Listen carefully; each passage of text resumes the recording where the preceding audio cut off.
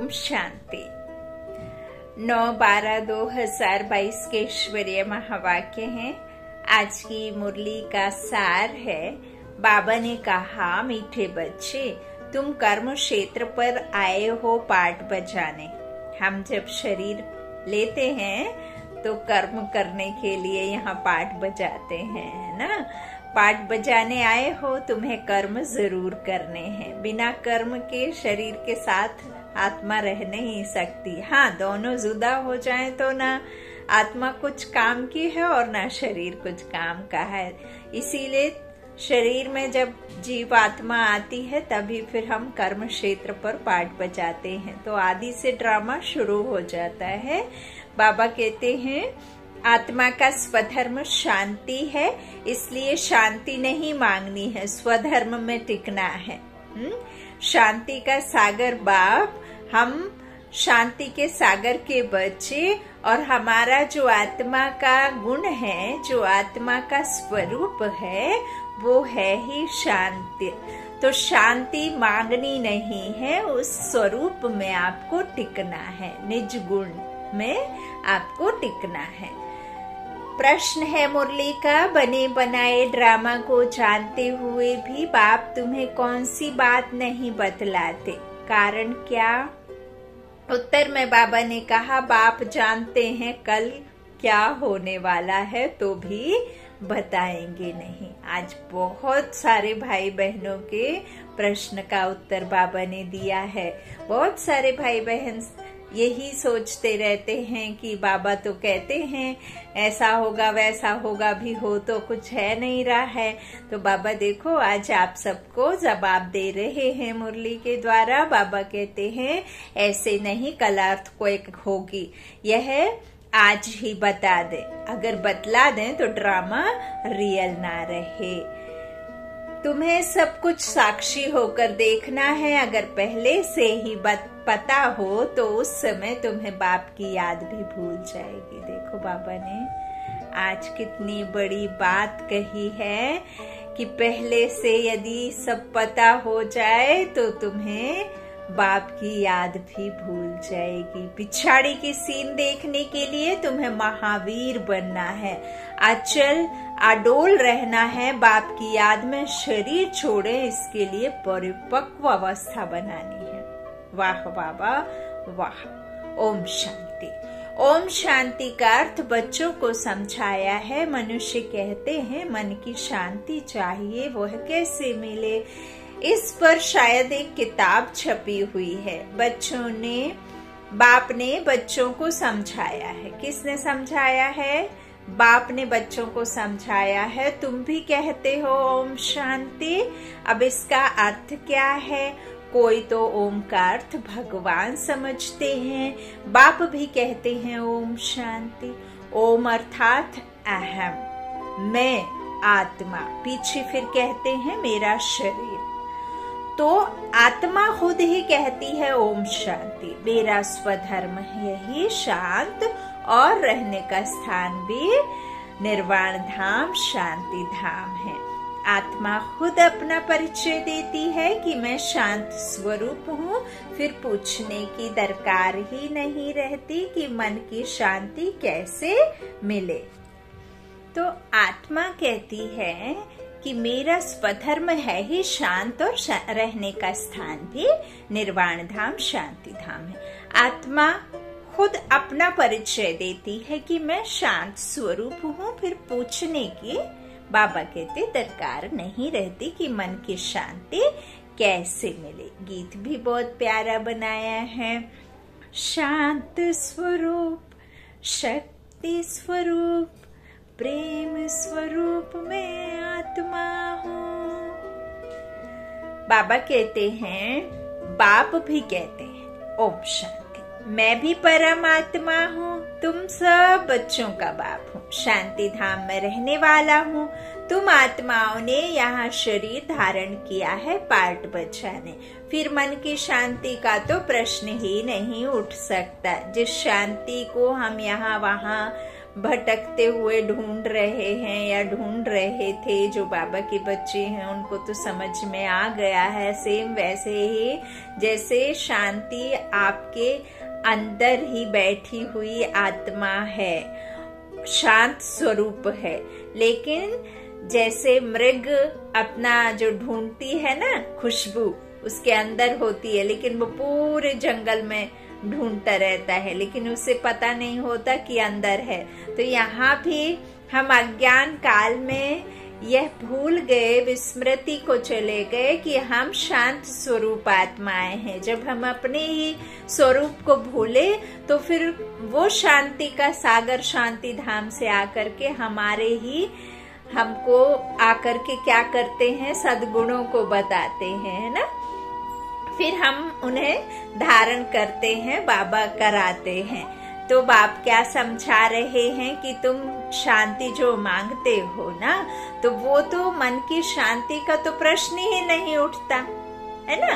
बाबा कहते हैं ओम का अर्थ भी कोई नहीं जानता, इसलिए धक्के खाते रहते हैं मन की शांति के लिए। आत्मा जब अशरीरी है तो है ही शांत। शरीर में आने से कर्मेंद्रियां जरूर काम करेंगी, कर्म क्षेत्र पर जरूर काम करना पड़ता है, तो शांति पर कोई किताब बनाने की दरकार नहीं। यह तो सेकंड्स की बात है समझने की। आत्मा खुद ही कहती है ओम शांति, बाकी क्या चाहिए, कहाँ से शांति आएगी। आत्मा का देश शांति धाम है, अभी तो वहां जाकर बैठेंगे नहीं, पाठ जरूर बजाना है। आपने देखा भी होगा, जैसे कि आप यदि लीव पर हैं, समझ लो कि आपने ये शरीर लिया है ना। कोरोना से एक एग्जाम्पल लेते हैं, जब हम घर में बैठे थे तो कितनी बुरी हालत हो गई थी, है ना।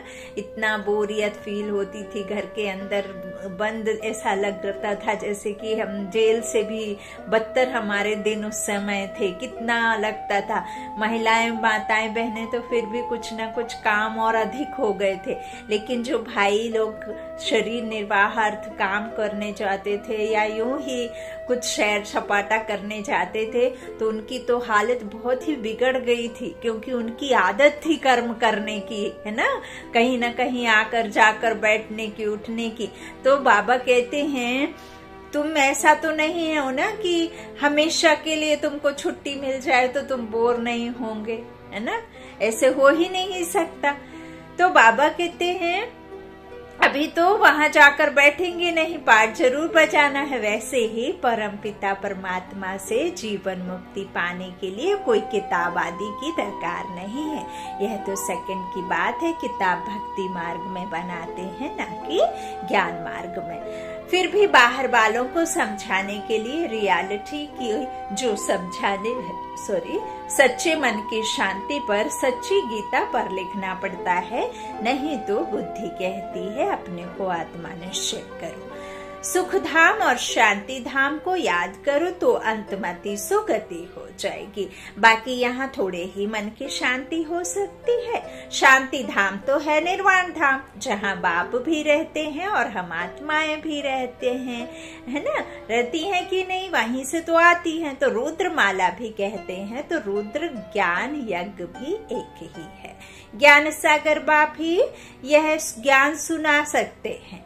बाकी ज्ञान तो बहुत प्रकार का है, साइंस का भी ज्ञान है, कारीगरी का भी ज्ञान होता है, परंतु वह है व्यवहार की बातें। ज्ञान से मनुष्य बहुत अक्लमंद बनते हैं। अभी तुम बच्चों को सृष्टि के आदि मध्य अंत की नॉलेज मिली है, यह पाठशाला है, यहाँ पढ़ाया जाता है।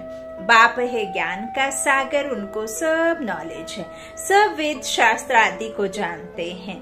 रॉन्ग, राइट, झूठ, सच क्या है वह मैं समझाता हूँ। मैं नहीं, मैं। अब बताओ सच क्या है? सर्वव्यापी कहना सच है? मैं तो तुम्हारा बाप हूँ, तो बाप क्या आपको हर जगह मिल जाता है?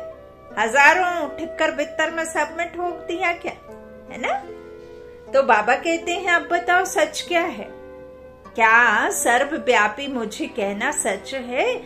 मैं तो तुम्हारा बाप हूँ। सर्वव्यापी से तो कोई ज्ञान मिल ना सके, पुरुषार्थ हो ना सके। सर्वव्यापी होकर क्या करे? खुद मालिक है। भगवान तो कभी पतित होता नहीं। वह जो कहते हैं तो वह तो सब जब चाहे तो वापस चला जाए, है ना। यहाँ तो पतित है, इसलिए वापस कोई जा ना सके। यदि ऐसा ही है तो बाबा कहते हैं यदि सभी बाप तो कभी पतित नहीं होता है तो वह जब चाहे वापस चला जाए, तो यहाँ तो बाबा कहते हैं जितने भी हैं सब पतित हैं, वो तो वापस जा नहीं सकते। पतित बनने से सारा ज्ञान उड़ जाता है। समझ रहे हैं ना बाबा क्या कह रहे? जो भी ज्ञान की प्रालब्धि प्राप्ति होती है वो तो हमारे आधे कल्प चलती है। किस जन्म के लिए बाबा वो प्रालब्धि प्राप्ति हमें इसको प्रैक्टिकल में धारण करने से मिलता है। देवत्व आपके अंदर रहेंगे तो देवकुल में जाकर के आप उसकी प्रालब्धि प्राप्त करते हैं।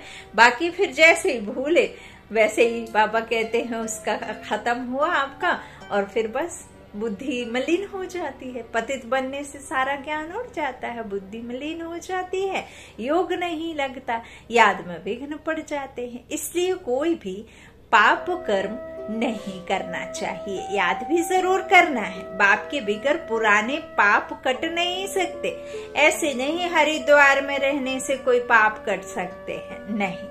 पाप तो करते रहते हैं। साधु संतों को अगर पता होता कि हमारा घर शांति धाम है तो वहां से होकर आते।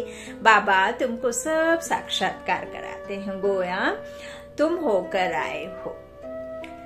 भक्ति मार्ग में भी साक्षात्कार होता है दिव्य दृष्टि से। तुम जब सतयुग में हो तो इन आँखों से लक्ष्मी नारायण को देखेंगे, वह भी तुमको देखेंगे। अभी साक्षात्कार में देखते हो। बाबा के पास दिव्य दृष्टि की चाबी है, वह और किसको मिल ना सके। बाबा ने समझाया है यह चाबी मैं किसको भी नहीं देता हूँ, इनकी एवज में मैं फिर स्वर्ग की राजाई नहीं करता हूँ। देखो बाबा हमसे क्या कह रहे हैं। जो दिव्य दृष्टि की जो चाबी है ना वो बाबा के पास ही, और बाबा किसी को देते नहीं हैं। बाबा कहते हैं लेकिन उसके एवज में मैं फिर स्वर्ग की राजाई नहीं करता हूँ। तराजू इक्वल रखते हैं, है ना। तुम विश्व के मालिक बनते हो, मैं नहीं बनता हूँ। भक्ति मार्ग में जो साक्षात्कार करते हैं वह भी मूर्ति में थोड़े ही ताकत है। वो भी साक्षात्कार बाबा ने काफी टाइम पहले भी, और कभी मुरली में ये बात बाबा बताते हैं बच्चों को कि जो भक्ति में साक्षात्कार होता है ना वो भी तो बाबा ही करवाते हैं। मूर्तियों में थोड़े ही शक्ति होती है। मूर्तियों में तो चैतन्य रूपी जो आत्मा है शक्ति वो तो होती नहीं, वो तो मूर्तियां हैं, उनमें कैसे ताकत होगी। लेकिन हम जो भक्ति करते हैं तो परमात्मा ईश्वर तो जानता है ना कि बच्चे आधार को लेकर के मुझे याद कर रहे हैं, है ना। तो फिर साक्षात्कार भी वही कराएगा। तो बाबा कहते हैं मैं मनोकामना पूर्ण करने के लिए साक्षात्कार कराता हूँ। गणेश हनुमान आदि जिसकी पूजा करते हैं तो साक्षात्कार मैं कराता हूँ। आज बहुत बड़ा राज बाबा ने खोला है, परंतु वो लोग समझते हैं परमात्मा सब में है, इसलिए मुझे सर्वव्यापी कह दिया। उल्टा ज्ञान ले लिया। वास्तव में सब ब्रदर्स है, सब में आत्मा है। सब फादर तो हो ना सके, सभी आत्माएं पुकारती हैं हे गॉड फादर रहम करो, तो सब बच्चे हो गए। बच्चे बाप से वर्षा लेते हैं तो देह का अभिमान छोड़ना पड़े। बस मैं आत्मा बाप से वर्षा ले रही हूँ। आत्मा को मेल व फीमेल नहीं कहते, मेल फीमेल कोई नहीं, सब शिव शक्तियां। तो भल चोला फीमेल का है, परंतु यह कहना ठीक है कि वर्षा ले रहा हूँ। बाप से वर्षा लेने का सबको हक है। मैं क्रिश्चियन हूँ, मैं फलाना हूँ, यह सब शरीर के धर्म है। आत्मा एक ही है, शरीर पर नाम पढ़ते हैं, आत्मा पर नाम नहीं पढ़ते। शरीर बदलता है तब कहते हैं यह मुसलमान है, यह हिंदू है। आत्मा का नाम नहीं बदलता, शरीर का बदलता है। बाप तो है ही पतित पावन, सारा जो ज्ञान है वह उनके पास है, इसीलिए उनको ज्ञान का सागर, बाप की महिमा अलग हो जाती है। वह शांति का सागर, ज्ञान का सागर है। उनके साथ योग लगाने से हम शांति धाम चले जाएंगे, सो भी अभी। ऐसा योग कभी कोई लगा नहीं सकते। तुम शांति धाम को जानते हो, बाकी याद शिव बाबा को करते हो। सन्यासी कहते हैं हम ब्रह्म ज्ञानी हैं, ब्रह्म से योग लगाते हैं, परंतु उनसे विकर्म विनाश नहीं हो सकते, वो योग ही रॉन्ग है। ब्रह्म अर्थात रहने का स्थान, ब्रह्म ज्ञानी अथवा तत्व ज्ञानी, बात एक ही है। बाप कहते हैं यह इन्हों का भ्रम है, पतित पावन ब्रह्म नहीं हो सकता। आत्माओं का बाप शिव है, उनको ही पतित पावन कहा जाता है, बाकी वापस तो कोई जा नहीं सकते। अब सभी तो बाबा कहते हैं कैसे जाएंगे, सभी को सतो प्रधान से तमो प्रधान बनना ही है, जबकि पहला नंबर श्री नारायण ही बनता है। तो और सभी भी जरूर तमो प्रधान बनेंगे, पुनर्जन्म लेते आएंगे, यह भी बुद्धि में रखा जाता है। तुम जानते हो हर एक धर्म वाले कितने जन्म लेते होंगे? देवताओं को कहेंगे पूरे 84 जन्म लेते हैं। औरों के जन्म एक्यूरेट नहीं बता सकते, कोई हिसाब करे तो निकाल सकते हैं बैठ करके, फिर बुद्धि को घुमाते रहो तो निकल जाएगा, परंतु जरूरत नहीं है। हमारा अपने पुरुषार्थ से काम है और जास्ती बातों में नहीं जाना है। पॉइंट बनकर पॉइंट को याद करना है, पॉइंट्स नहीं बनना है। पॉइंट्स बहुत सुना ली, बाबा कहते हैं आप पॉइंट बन, पॉइंट को याद करो और ड्रामा को भी पॉइंट देखो, है ना। तुमको मुक्ति, जीवन मुक्ति चाहिए तो मन मना भव, मैं हूँ ही पतित पावन, आकर राजयोग सिखलाता हूँ। पतित पावन जरूर कलयुग अंत में आएगा, ना कि द्वापर में। सिर्फ शिवरात्रि लिखने से अर्थ नहीं निकलता है, त्रिमूर्ति शिवरात्रि लिखना चाहिए। भक्ति में घोर अंधियारा है, तब कहते हैं ज्ञान सूर्य प्रगटा। जरूर कलयुग का अंत होगा, रोशनी है सतयुग में, बाप जरूर संगम पर आएगा। सब पतित बने तब तो बाप आकर पावन बनाए, क्योंकि सबका कनेक्शन है ना। बहुत सन्यासी लोग भी कहते हैं मन की शांति कैसे होगी, आत्मा का स्वधर्म ही शांत है। जैसे भारतवासी देवी देवताओं को भूले हुए हैं, वैसे आत्मा भी अपने स्वधर्म को भूली हुई है। आत्मा ही नहीं जानती है मुझे रावण ने अशांत किया है, यह ज्ञान अभी मिला है। यहाँ तो शांति कभी मिल नहीं सकती, शांति धाम में ही शांति मिल सकती है। वहाँ तो सबको जाना है, हम शांति धाम में जाएंगे, फिर आएंगे सुख धाम में। दूसरे धर्म वालों को शांति अधिक मिलती है, हमको सुख अधिक मिलता है। उनको ना इतना सुख ना दुख मिलेगा। यह है डिटेल की बात। कोई ने लक्ष्य को अच्छी रीति पकड़ लिया है, वह भी काफी है। घर में रहते बाप और वर्षे को याद करते रहो, परंतु प्रजा नहीं बना सकेंगे। जो प्रजा बनाएंगे वही राजा रानी मालिक बनेंगे। मेहनत है ना। प्रोजेक्टर पर समझाना सहज है, बड़े बड़े आदमियों को निमंत्रण दे, उनको समझाना चाहिए। तुम बच्चे बहुतों का कल्याण कर सकते हो।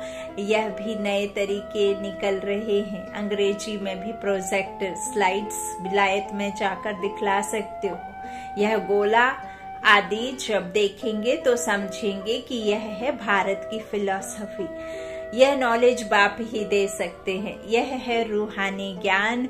रूह से ही रूहानी ज्ञान मिलता है।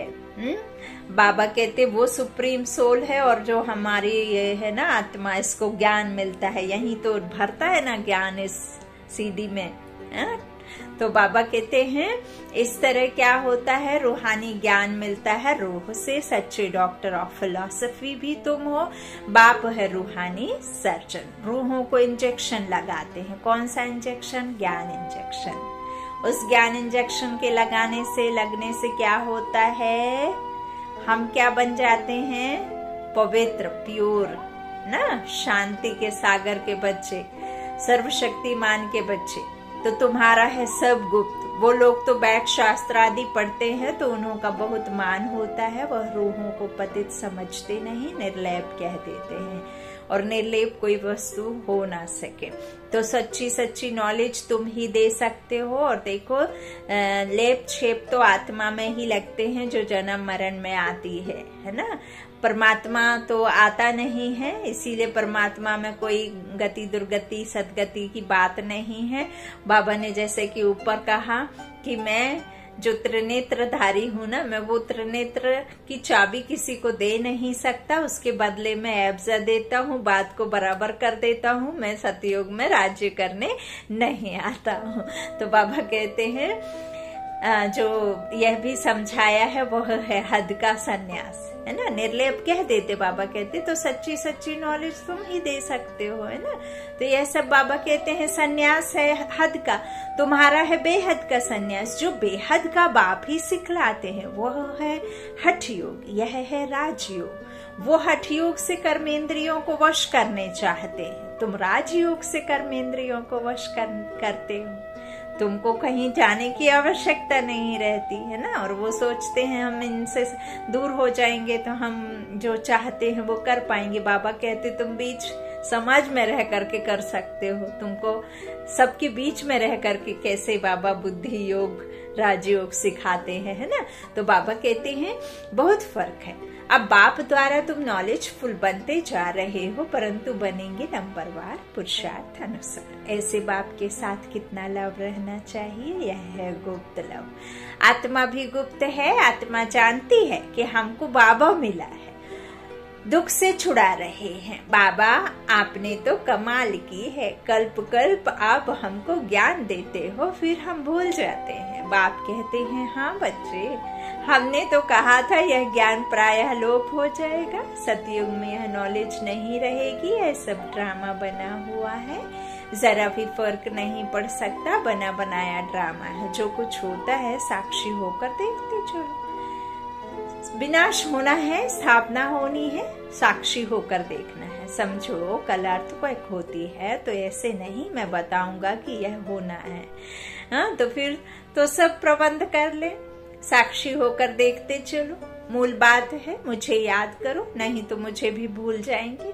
तुम बच्चों को महावीर बनना है, महावीरनियों को वीरनी को God of knowledge, goddess of knowledge कहा जाता है। गॉड ही योग सिखलाए महावीर बनाते हैं। पिछाड़ी में जब अर्थक्वेक आदि होंगी उस समय महावीर बना चाहिए। अभी तो तुम पुरुषार्थी हो, अचल अडोल रहना पड़े और साथ साथ शिव बाबा की याद में मरे तो बहुत अच्छा। जो ज्ञान में अचल अडोल होंगे वह बैठे बैठे शरीर छोड़ेंगे, फिर कर्मातीत अवस्था में जाकर सर्विस करेंगे। बच्चों को परिपक्व अवस्था में शरीर छोड़ सूक्ष्म वतन में जाकर फिर नई दुनिया में आना है। अच्छा, बच्चों को सदैव अपना चार्ट देखना है जो हम बाबा से पूरा वर्षा पाए। कोई भी बात की संशय में आकर पढ़ाई कभी नहीं छोड़नी चाहिए।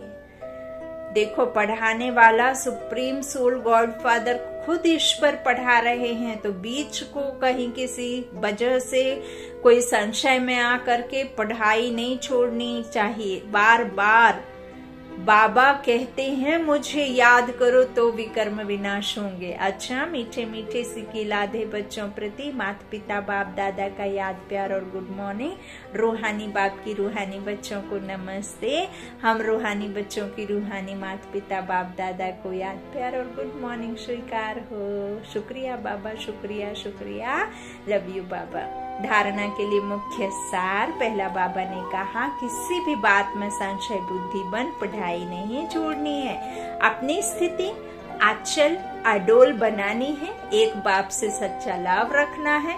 दूसरा, अपना टाइम विस्तार की बातों में वेस्ट नहीं करना है, बुद्धि किसी भी कर्म में मलिन ना हो, इसका पूरा ध्यान रखना है। अब किसी भी कर्म से खुद को मैला नहीं करना, आत्मा को, है ना।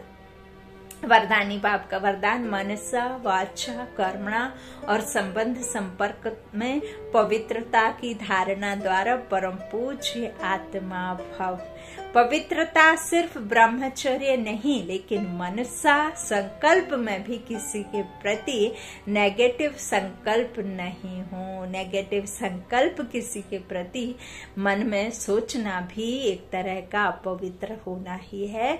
बोल में भी कोई ऐसे शब्द ना निकले। संबंध संपर्क भी सबसे अच्छा हो। किसी में जरा भी अपवित्रता खंडित ना हो, तब कहेंगे पूज्य आत्मा।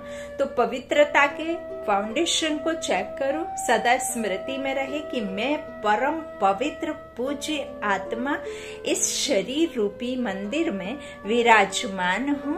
कोई भी व्यर्थ संकल्प मंदिर में प्रवेश कर नहीं सकता। आप मंदिर जाते हैं तो मंदिर कितना साफ सुथरा रहता है। जहाँ देवी देवता बैठते हैं, तो कौन सा मंदिर, ये तन रूपी पावन मंदिर में ये देव आत्मा अगर विराजमान होनी है, तो इसमें कोई भी मलच ना रहे, कोई भी नेगेटिव संकल्प भी चलना, बाबा ने कहा सूक्ष्म कर्म है। किसी के प्रति भी किसी भी तरह का व्यर्थ चला, समझो आप पवित्र खंडित हो, है ना। तो यह बाबा कहते हैं किसी तरह से भी मंदिर में प्रवेश नहीं कर सकता। स्लोगन, अपने भविष्य को स्पष्ट देखने व जानने के लिए संपूर्णता की स्थिति में स्थित रहो। अपने भविष्य को स्पष्ट देखने व जानने के लिए संपूर्णता की स्थिति में स्थित रहो। अच्छा, ओम शांति। शुक्रिया बाप दादा, शुक्रिया आप सभी भाई बहनों के स्नेह का, प्यार का। ओम शांति। Good night.